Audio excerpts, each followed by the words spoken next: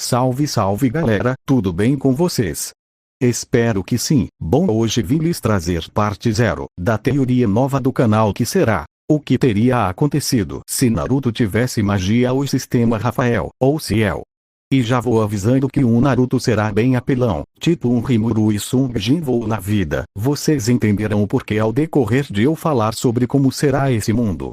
No começo ele será fraco e humilhado, mas depois vão ver o que acontece com todos aqueles que o humilharam. Esse vídeo será mais explicando sobre as magias, os ninjas, e as outras raças, e também vocês vão descobrir por que um Naruto será um Sung ou Rimuru na vida. Se quiser entender melhor a história, por favor, te peço que assista até o final. Bom, sem mais enrolação, vamos começar. O RW é o bicho, é o bicho, é o bicho.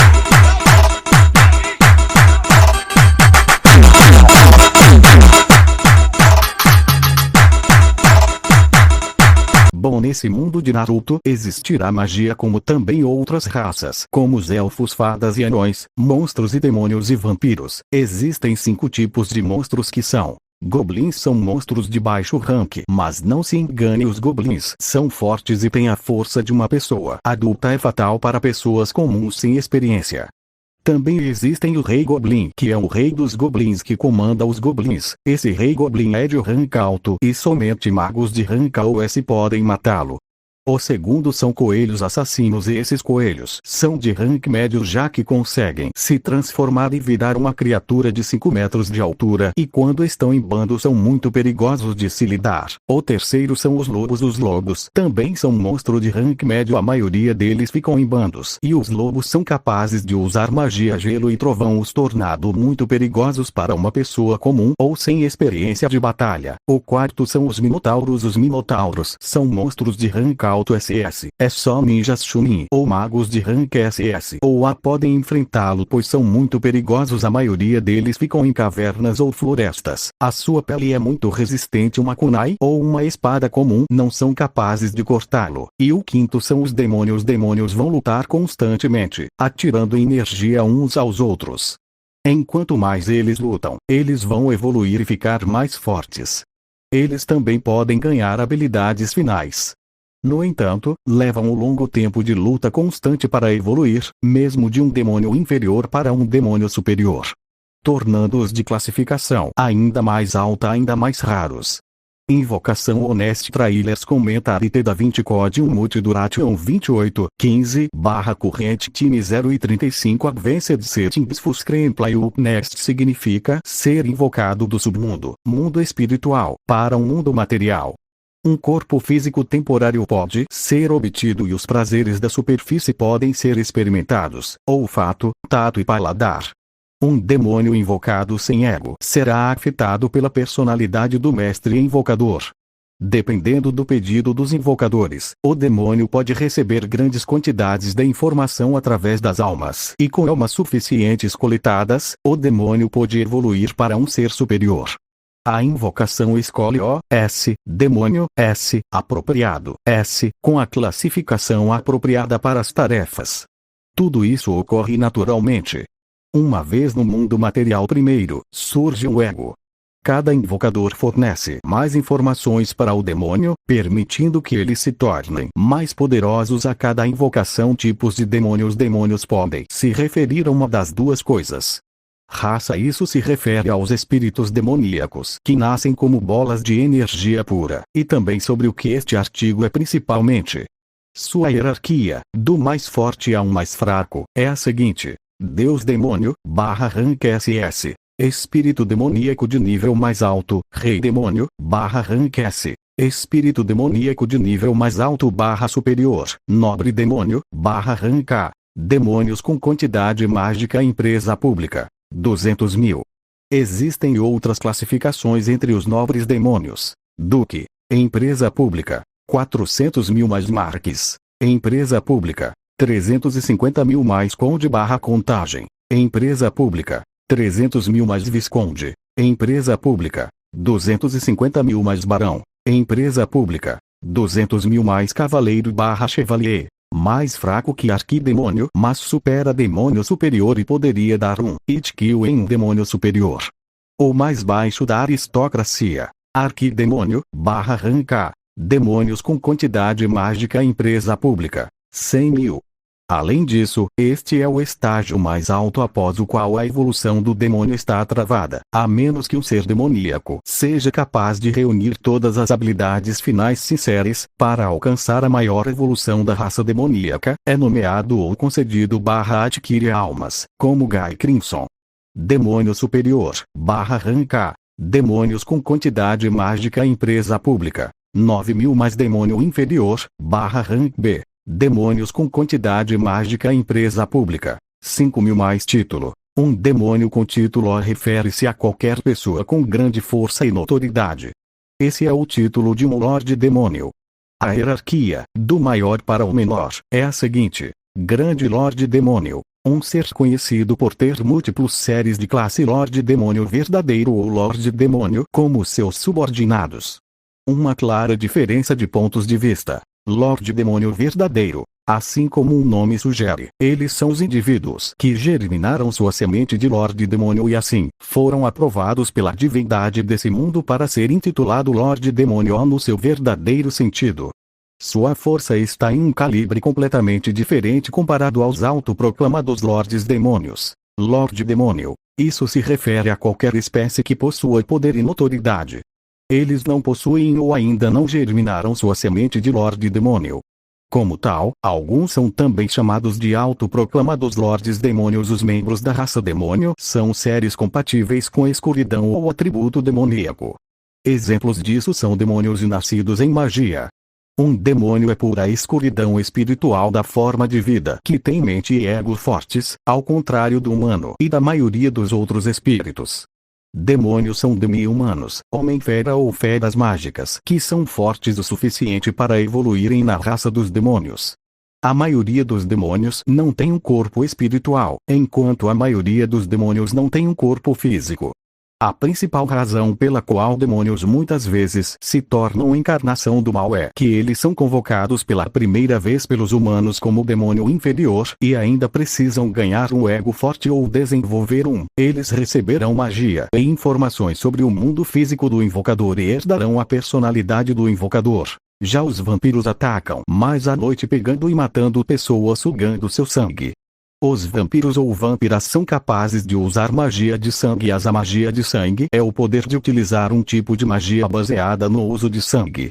É uma forma de magia e uma variação da magia corporal e da manipulação de sangue. As capacidades dela são: o usuário é capaz de executar uma série de feitiços que usam o sangue, próprio ou alheio, como base, composição ou combustível, tendo domínio sobre uma forma antiga e poderosa de magia muito usada em rituais complexos. Com isso, ele pode, por exemplo, usar o sangue para conjurar selos de aprisionamento ou libertar indivíduos de prisões semelhantes, gravar símbolos mágicos antigos para causar efeitos diversos e adquirir informações por meios sobrenaturais. Além disso, ele também pode usar sua magia para controlar plenamente o sangue de indivíduos e suas propriedades. Suas limitações são: negação de magia / destruição de magia não afeta alvos com imunidade mágica. O usuário pode precisar de um tipo específico de sangue para executar certos feitiços, como o sangue de uma determinada espécie ou de um indivíduo que cumpra determinados requisitos, por exemplo. Esse poder pode infectar ou corromper o usuário ou seu sangue. Esse poder pode causar sérias hemorragias no usuário ou em seus alvos. Com esse perigo, os ninjas e os magos criaram uma organização, as guildas, que cuidam e matam esses monstros e demônios. Existem várias guildas pelas cidades e aldeias. As guildas aceitam tanto ninjas como magos que são chamados que usam magias. Os ninjas e os magos não se dão muito bem, já que ficam competindo qual é melhor magia ou chakra, e na maioria das vezes, quando um ninja se depara com um mago ou um mago se depara com ninja, há uma batalha intensa para decidir qual era a melhor magia ou chakra. A magia na maioria das vezes vence, ficando com 50 vitórias para os magos e 36 derrotas para os ninjas. Também ocorre torneios entre magos e ninjas e o vencedor tem a oportunidade de subir seu rank para o mais alto ou ter acesso a um jutsu ou magia poderosa. Alguns ninjas odeiam muitos magos, pois a maioria deles são muito arrogantes, principalmente os nobres ricos que têm poder político, que tratam todos os ninjas como lixo, ou magos de baixo rank como insetos. As guildas iam fazendo seu trabalho matando os magos, usam magia de exorcizar os demônios, mas não funciona com demônios de rank mais alto, somente inferiores, e existem classificações de guildas, da mais alta para mais baixa. A mais alta são os mais talentosos, magos de rank SS ou rank, e a baixa são os mais fracas, que são os aventureiros de rank F ou C ou D, que não têm muito talento com magia. Aqueles sem muito talento são tratados como lixo pelo todo mundo, principalmente se for alguém sem família. Mas alguns conseguem dar um pouco apoio. Aqueles que não têm muito talento para magia, a maioria se tornam espadachins mercenários ou ninjas, e também conseguem dar apoio graças por terem um dom com magias poderosas, como fogo ou eletricidade, por exemplo. Agora, falando mais das outras raças, começando pelos elfos, são uma espécie muito rara, podendo viver mais 300 anos ou mais, e vivem no reino dos elfos, que fica em uma floresta bem grande longe dos humanos. Onde ficam os elfos ou elfas? Alguns elfos ou elfas odeiam muitos humanos, pois alguns humanos os vendiam por dinheiro ou as estrupavam as elfas por sua própria diversão. Isso fez que os elfos criassem um enorme ódio pelos humanos, principalmente as elfas, que matavam humanos sem piedade caso se aproximassem do seu reino. Claro, eles sabem que nem todos humanos são assim. Já houve relacionamentos entre humanos e elfas, mas para isso precisa da aprovação da rainha das elfas para ver se o homem é digno ou se tiver um bom coração. A sua especialidade de magia são magia de luz, magia de ilusões, poder ler mentes, poder ver se um humano é bondoso ou mau apenas olhando em seus olhos. Eles também possuem a magia elemental e a magia da natureza. A outra raça são os anões. Os anões são muito importantes. Já criam e forjam espadas muito poderosas, e usam magias de forja, assim fazendo com que as espadas fiquem ainda mais fortes, e também são bem fortes, podendo matar uma pessoa comum facilmente. Eles também vendem poções de cura, fortalecimento, entre outras coisas que será explicado mais para frente. A outra raça são as fadas. As fadas são uma raça muito rara e especial. Elas são muito fortes comparado a um demônio de rank superior ou mais, dependendo da força e as capacidades da fada. Elas vivem em florestas. Elas são muito poderosas, podendo criar ilusões e entrar na mente das pessoas, para que os humanos não se aproximem de seu território. A especialidade das fadas é a magia de elementar e magia de portais. Agora vou explicar os tipos de magias que existem. Existem 5 elementos de magia e também várias outras que não vou falar. Todas aqui falarei mais para frente, senão o vídeo terá mais 30 minutos só explicando. Mas bom, as 5 principais magias, que são fogo, água, terra, vento e magia de luz. Vou explicar como cada magia funciona e também outras magias, começando pela magia de luz. Bom, a magia de luz é a capacidade de utilizar uma forma de magia que envolve o controle da luz. É uma das formas de magia e uma variação da manipulação da luz. Oposta à magia de escuridão. As capacidades da magia de luz são: o usuário é capaz de usufruir de capacidades mágicas para gerar e manipular a luz através de uma série de feitiços e encantamentos, simulando os dons de um verdadeiro fotocinético. Ele é capaz de utilizar seu brilho mágica como instrumento tanto para suporte quanto para combate, adquirindo uma imensa variedade de possibilidades com ela.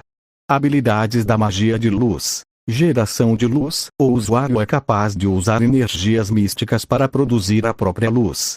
Invisibilidade. O usuário pode usar magia para afastar a luz natural ao redor dele e de outras pessoas, assim ficar transparente ao olho nu. Super velocidade. A luz mágica do usuário pode lhe dar a capacidade de correr na sua velocidade de propagação, se tornando tão rápido que poucas pessoas percebem. Solidificação de luz. O usuário pode usar a magia para transformar a luz em matéria sólida. Construtos de luz. Depois de solidificar a luz, o usuário pode moldar suas formas e criar construtos que pode usar em qualquer situação, principalmente armas para batalhas. Cura de luz. A luz combinada com a magia permite ao usuário realizar processos de cura em pessoas feridas e até doentes, onde a luz purifica e regenera seus corpos. Purificação de luz. O usuário pode produzir uma luz pura e limpa para destruir elementos de corrupção.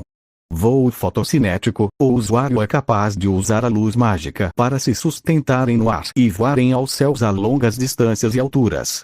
Ataques de luz. A magia combinada com a luz pode ser utilizada pelo usuário para realizar ataques contra os seus inimigos em combates. Defesa de luz. O usuário pode criar campos de força fotocinéticos que utilizam energias mágicas. Dessa forma se protegem de ataques adversários e defender outras pessoas.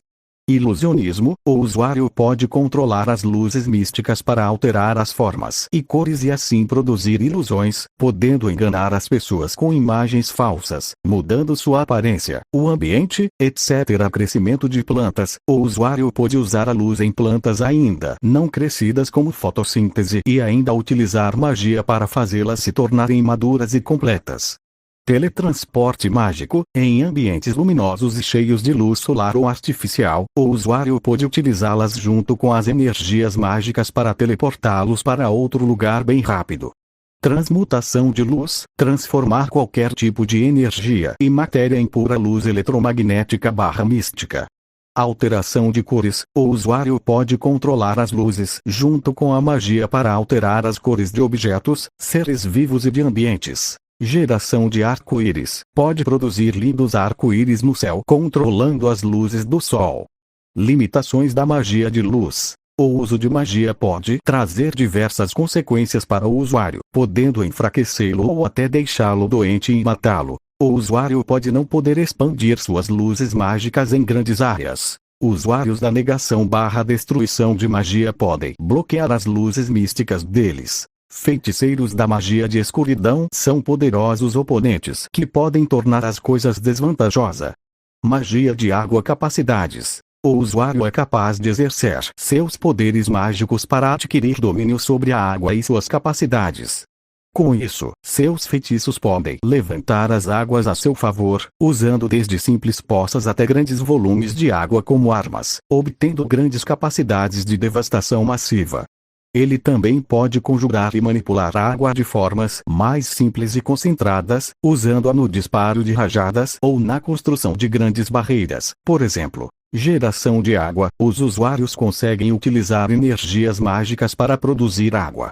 Construtos de água. Os usuários usam feitiços para solidificarem a água e moldarem seus formatos para criar construtos elementais mágicos. Armamento de água. Podem criar construtos de armas brancas para combates diretos, espadas, lanças, laços, etc. Artilharia de água. São capazes de produzir projéteis hidrocinéticos de disparos a longas distâncias, como bolas de água mágicas, e entre outras artilharias. Criação de criatura de água. Os usuários podem ser capazes de usar feitiços para criar criaturas feitas de água e dar vidas a elas, seguindo seus comandos para realizarem feitos incríveis em batalhas, podendo formar dragões, baleias, tubarões, etc. Defesa de água. Os usuários são capazes de utilizar magia para formar campos de força a partir de fontes existentes ou produzindo a própria água, podendo tornar suas defesas super resistentes e enormes.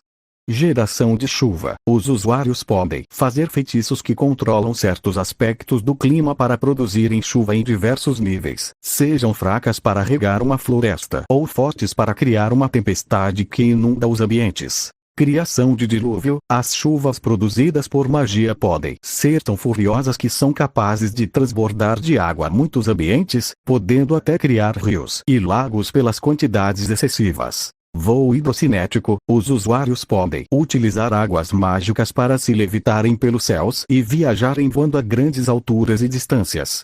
Cura de água. A magia de água dos usuários pode ser usada para realizar processos curativos em seres vivos machucados, doentes e feridos, podendo destruir bactérias, regenerar tecidos do corpo, entre outras formas. Criação de portal mágico. Os usuários podem formar vórtices aquáticos em fontes existentes, rios, mares e oceanos, e utilizando feitiços para conectar um vórtice ao outro, criando portais mágicos e aquáticos de teleporte. Criação de vórtex de água. Os usuários criam vórtex de água em fontes existentes ou gerando a própria água com magia, podendo torná-los destrutivos em ambientes aquáticos ou secos. Hidromância. Os usuários podem utilizar as águas puras para verem o futuro e o passado, recebendo informações do que aconteceu, do que ocorre ou do que vai acontecer. Invocação marinha. Os usuários podem utilizar água e energias mágicas para invocar animais marinhos em diversos locais diferentes, sejam numa cidade ou nos próprios oceanos. Transmutação de água. Os usuários conseguem transmutar diversas substâncias em água utilizando feitiços. Desidratação. Os usuários podem absorver a água dos seres vivos para desidratá-los, deixá-los secos por dentro e até matá-los. Empoderamento de água. Diversas fontes de água pura podem ser usadas pelos usuários para fortalecer seus poderes mágicos que controlam esse elemento. Limitações. Negação/destruição de magia. O usuário pode ser incapaz de criar água, sendo limitado a controlá-la a partir de fontes próximas e já existentes. Pode ser ineficaz em ambientes com ausência de água. O uso destreinado pode ser catastrófico, tanto para o usuário quanto para possíveis aliados ou para o ambiente ao redor. Portanto, disciplina, autocontrole e conhecimento profundo da extensão do poder é essencial. Distância, massa, precisão e semelhantes dependem do conhecimento, da habilidade e da força do usuário. Em alguns casos, o usuário pode ter sua energia vital ou sua mana drenadas ao usar o poder. Magia de gelo. A magia de gelo é o poder de usar uma forma de magia que envolve manipular o gelo. É uma forma de magia, bem como uma variação da manipulação do gelo e da magia de água. Capacidades da magia de gelo. O usuário, valendo-se de dons místicos, é capaz de executar feitiços e encantamentos que geram e manipulam o gelo e o frio livremente, obtendo todas as capacidades de um criocinético através de sua magia. Eles podem fazer com que tudo ao seu redor se torne no mais puro inverno, congelando e resfriando todo o ambiente com simples gestos e conjurações. Seus poderes são enormemente aumentados ou, em alguns casos, podem se tornar imbatíveis caso esteja em uma região fria, elevando ainda mais o seu nível de periculosidade em combate ou fora dele. Limitações. Seus poderes podem ser anulados por usuários de negação de magia ou destruição de magia. Pode ser fraco contra usuários de magia de fogo ou de magia de lava. Distância, massa, precisão e semelhantes dependem do conhecimento, da habilidade e da força do usuário. Seus poderes podem ser severamente limitados em locais secos, quentes ou que não possuam gelo em suas proximidades. O uso destreinado pode ser catastrófico, tanto para o usuário quanto para possíveis aliados ou para o ambiente ao redor. Portanto, disciplina, autocontrole e conhecimento profundo da extensão do poder é essencial. Em alguns casos, o usuário pode ter sua energia vital ou sua mana drenadas ao usar o poder. Por enquanto mas existem várias outras magias. Astrologia chinesa. Magia de fogo. A magia de fogo é o poder de usar um tipo de magia focado em controlar o fogo. É uma forma de magia, bem como uma variação da manipulação do fogo e da magia elemental. Capacidades. O usuário é capaz de conjurar feitiços e encantamentos que invocam chamas para serem usadas e controladas ao seu bel prazer, com domínio semelhante ao de um pirocinético. Suas conjurações envolvem manipular o fogo em uma grande variedade de formas, podendo lançar torrentes de chamas, bolas de fogo e outros tipos semelhantes de ataque, além de invocar mantos flamejantes para envolvê-lo e causar uma grande destruição ao conjurar chamas em uma área extensa de forma massiva. Magia elemental. Capacidades. O usuário é capaz de usar sua magia na prática de feitiços para conjurar e controlar os elementos da natureza, sejam eles os 4 elementos principais, água, terra, fogo e ar, ou outros elementos secundários, como luz e sombras. Seus feitiços podem dar forma a diversos tipos de ataque ou defesa baseados nesses elementos, adquirindo um arsenal bélico de magia extremamente versátil.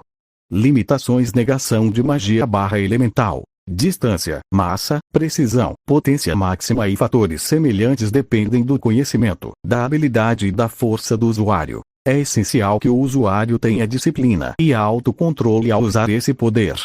Qualquer momento de impulso, imprudência, inconsciência ou descontrole emocional pode gerar um uso catastrófico dele. Esta forma de magia pode consumir muita energia vital ou mana do usuário ao ser usada. Quanto mais poderoso for o feitiço, maior será o gasto. Mesmo sendo usados por meio de magia, os elementos conjurados pelo usuário podem vir acompanhados com suas limitações tradicionais, como fogo ser vulnerável à água, por exemplo. Por enquanto só galera, as outras magias serão explicadas mais à frente da história.